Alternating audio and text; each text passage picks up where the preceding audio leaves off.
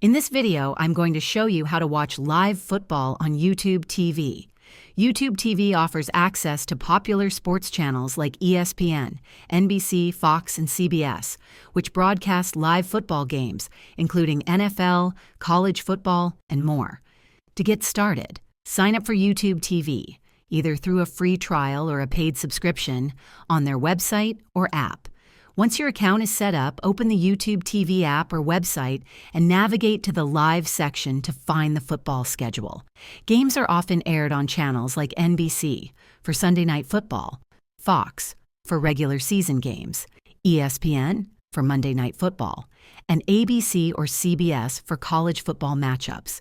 You can also use the search bar to locate specific teams, games, or related football content, like analysis shows or highlights. If you want to record games to watch later, take advantage of YouTube TV's Cloud DVR feature, which lets you save games for up to 9 months. Additionally, you can stream on multiple devices simultaneously, so family members can watch different games at the same time. Just remember to cancel your subscription before the trial ends if you don't want to be charged. With this setup, you can enjoy all the live football action without missing a moment.